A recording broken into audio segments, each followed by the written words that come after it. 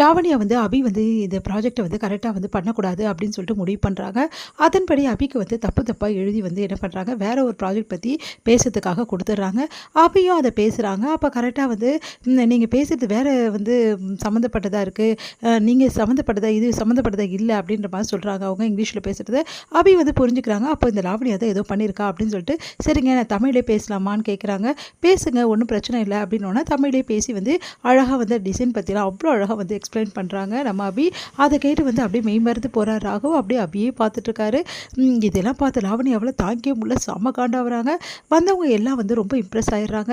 அவங்க சொல்கிறாங்க, இந்த மாதிரி வந்து யாருமே எக்ஸ்ப்ளனேஷன் கொடுத்ததே கிடையாது, அவ்வளோ சூப்பராக எக்ஸ்ப்ளனேஷன் கொடுத்தீங்க, இதுக்காகவே இந்த ஆர்டர் உங்கள் கம்பெனிக்கு தான் அப்படின்னு சொல்லிட்டு சொல்லிடுறாங்க. அதை கேட்டு ராகவும் ரொம்ப சந்தோஷம் அடைகிறாரு. அடுத்து எல்லாருமே ரொம்ப சந்தோஷப்பட்டுருக்காங்க.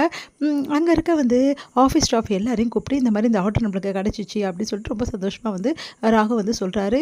இதுக்கெல்லாம் காரணம் அபி தான் அப்படின்ற மாதிரி வந்து சொல்லி பாராட்டுறாரு. எல்லா ஆஃபீஸ் ஸ்டாஃபும் வந்து அபி மேடம் நீங்கள் சூப்பர் மேடம் அப்படின்னு சொல்லிட்டு எல்லாம் பாராட்டிகிட்டு இருக்காங்க.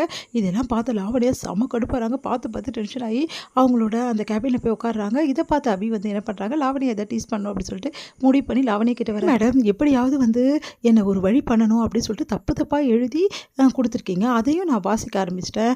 நான் அப்போவே நினச்சேன், இங்கிலீஷில் நீங்கள் எழுதி கொடுக்கும்போதே நினச்சேன் என்ன பிரச்சனை பண்ண போகிறீங்கன்னு, அதே மாதிரி ஆயிடுச்சு பார்த்தீங்களா, அதையும் வந்து எதிர்கொண்டு நான் ஜெயிச்சிட்டேன் பார்த்தீங்களா, இப்போ பார்த்தீங்களா எல்லாருமே வந்து என்னை பாராட்டுறாங்க அப்படின்னு அப்படியே பார்த்துட்டு செம்ம காண்டாகிறாங்க.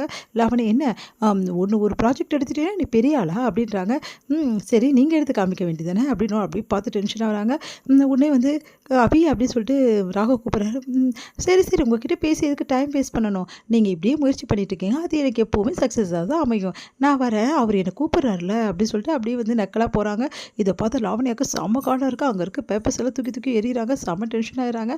அடுத்து வந்து உடனே வந்து என்ன பண்ணுறாங்க, அபி வந்து ஒரு நிமிஷம் இருங்க வரேன் அப்படின்னு சொல்லிட்டு போயிட்டு சூடாக வந்து என்ன பண்ணுறாங்க, ஒரு கஷாயம் வச்சு எடுத்துகிட்டு போயிட்டு ராகவ் கிட்ட கொடுக்குறாங்க. ராகவ் வந்து எதுக்கு கஷாயம்லாம் அப்படின்னாரு, குடிங்க சரியாயிடும்னு. உடனே வந்து அதெல்லாம் ஒன்றும் தேவையில்லை, நீ டாக்டர் கிட்டே போனால் சரியாயிடும் ராகவ், நீ டாக்டர் கிட்டே போகலாம் வா அப்படின்னு சொல்லிட்டு லாவணியா கூப்பிட்றாங்க. அதெல்லாம் ஒன்றும் வேணாம், நான் ஈவினிங் வரேன் அப்படின்னு சொல்கிறாங்க. அதை கேட்டு லாவணியா டென்ஷனாக அங்கே வந்து போயிடுறாங்க. சரி அபி கொடுத்த அந்த கஷாயத்தை குடிக்கலாம்னு சொல்லிட்டு ராகவ் வந்து குடிக்கிறார். குடித்தா அவரோட தொண்டை வந்து சரியாயிடுது. உடனே வந்து பரவாயில்ல இவ்வளோ சூப்பராக ரெடி ஆகிடுச்சு அப்படின்னு சொல்லிட்டு எல்லாருக்கிட்டையும் பேசுகிறாரு. கிட்ட மட்டும் சரியாகலன்னு சொல்கிறாரு. உடனே அபி வந்து அப்படியே முறைக்கிறாங்க. இன்னும் கொஞ்சம் ஒரு 10 கொசுவத்தி சுருள் எடுத்துகிட்டு வந்து வச்சா தான் சரியாயிடும் போல் இருக்கு அப்படின்றாங்க. அதை பார்த்துட்டு அமைதியாக இருக்காரு, சிரிக்கிறாரு. 2 பேருமே சிரிக்கிறாங்க. இங்கே வந்து லாவணியா வந்து என்ன ராகவ் நம்ம ஹாஸ்பிட்டலுக்கு போகணும்ல, அதனால் நீ வீட்டுக்கு போவேனா, நம்ம ஹாஸ்பிட்டலுக்கு போயிட்டு அதுக்கப்புறம் வீட்டுக்கு போகலாம், அவனை மட்டும் அமுச்சு விடு அப்படின்றாங்க. ஏன் ஹாஸ்பிட்டலுக்கு போகணும் அப்படின்னு சொல்லிட்டு ராகவ் கேட்குறேன். என்ன ராகவ் இப்படி சொல்கிற, உனக்கு தான் தொண்டையில் இன்ஃபெக்ஷன் இருக்குல்ல அப்படின்னா, யாருக்கு இருக்குது, எனக்கு தான் போயிடுச்சு அப்படின்றாரு. அதை கேட்டு அதிர்ச்சி ஆகிட்டு, ஆமாம் அபி ஒரு கஷாயம் கொடுத்தா அதனால் போயிடுச்சு, அதனால் எனக்கு எந்த பிரச்சனையும் இல்லை, இப்போ நான் வீட்டுக்கு போகிறதுக்கு ரெடியாக இருக்கேன், நானும் அபி வீட்டுக்கு போகிறோம், நீ கிளம்புற லாவணியா அப்படி சொல்லிட்டு கிளம்புறாரு. இதெல்லாம் பார்த்து லாவணியா செம்ம டென்ஷன் ஆகிறாங்க. மேடம் வரட்டுமா, இப்போ பார்த்தீங்களா ராகு வந்து நல்லா பேசுகிறாரு, நீங்களும் சொல்லிவிடுங்க பாய் சொல்லிட்டு, சரி பாய் லாவணியா அப்படி சொல்லிட்டு கிளம்புறாங்க. லாவணியா செம்ம கடுப்பாகிறாங்க. இதெல்லாம் பார்த்து டென்ஷன் ஆகிறாங்க. இங்கே வந்து வீட்டுக்கு வந்தோடனே எல்லாருமே வந்து அதிர்ச்சியாக பார்க்குறாங்க. நம்ம ராகவ் எப்படி ஒரே நாளில் தொண்டை சரியாயிடுச்சு அப்படின்னு சொல்லிட்டு அப்படின்னு பார்க்குறாங்க. எல்லாத்துக்கும் யார் காரணம்னு நினைக்கிறீங்க அப்படின்னு ஆகாஷ் வந்து சொல்கிறாரு. யார் காரணம், எல்லாம் அபி தான் காரணம் அப்படின்னு. நிஜமாவா அப்படின்னு சொல்லிட்டு அப்படியே வந்து கேட்குறாங்க அஞ்சலி. ஆமாம் அபி தான் ஏதோ கஷாயம் வச்சு கொடுத்துருக்கா, அது சரியாயிட்டு இருக்குது, அது மட்டும் கிடையாது, இன்றைக்கி ப்ராஜெக்ட் என்னாச்சு தெரியுமா பாட்டி அப்படின்னு. என்னாச்சுடா, நான் இல்லை அதுவும் நல்லது தான், அபி சூப்பராக பேசி முடிச்சுட்டாங்களே, இந்த ப்ராஜெக்ட் அபியால் சக்ஸஸ் ஆகிடுச்சு கிடச்சிடுச்சு அப்படின்னோடனே அப்படியே அதிர்ச்சி அடைகிறாங்க. நிஜமாவா அப்படின்னு. ராகவ் தான் பேசி முடிச்சானா, அதெல்லாம் இல்லை, அதுக்கப்புறம் தான் ராகவுக்கு தொண்டையே சரியாச்சு, அதுக்கு முன்னாடி அபி சூப்பராக பேசி அவ்வளோ அழகாக எக்ஸ்ப்ளனேஷன் கொடுத்து இந்த ப்ராஜெக்டை சக்ஸஸ்ஃபுல்லாக பிடிச்சிட்டாங்க அப்படின்னு ஆகாஷ் சொல்கிறாரு. அதெல்லாம் கேட்டு பாட்டி எனக்கு அப்போவே தெரியும் அபி கரெக்டாக பண்ணுவான்னு சொல்லிட்டு அப்படி சொல்லிட்டு பாராட்டுறாங்க. இதையெல்லாம் பார்த்துட்டு செம்ம கடுப்பாராரு, தாங்கவே முடியல முரளியால்.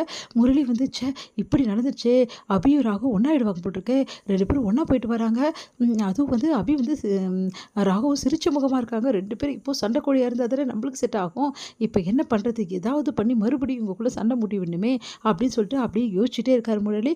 உடனே பார்க்குறாங்க அபி பார்த்து முறைக்கிறாங்க. எப்படி பார்க்குறான் பாரு, எப்படியாவது எங்களுக்குள்ள பிரச்சனை வரும் தான் நினைப்பான் அப்படின்னு சொல்லிட்டு அப்படியே பார்த்து முறைக்கிறாங்க. இதோட முடியுது.